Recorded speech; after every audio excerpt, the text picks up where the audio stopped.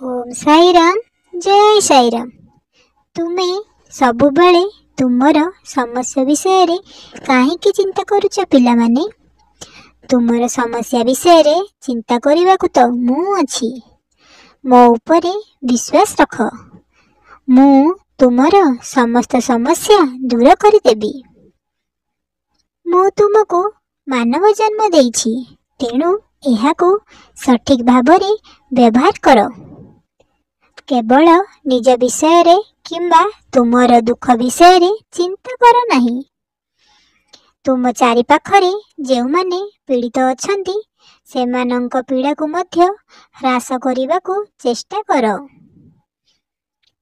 जेबे तुमे एपरी सत्कर्म करिवो तुमर दुख स्वयं चालित भावरे कमी कमी शेष होई जीवो। मते विश्वास कर, मु कदापि मिछ कहू नहीं।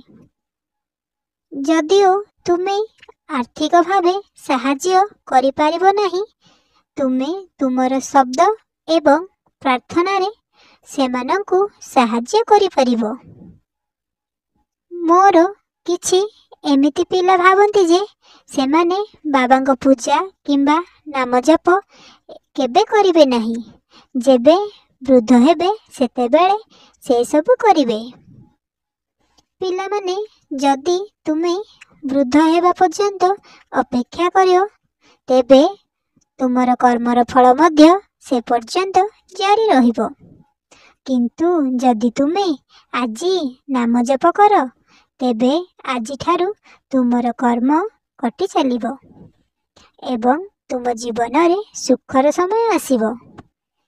आरे पिला माने काली किए देखिछि, सेथिपाई जहा करिवार अछि ताहा आजी ही कर।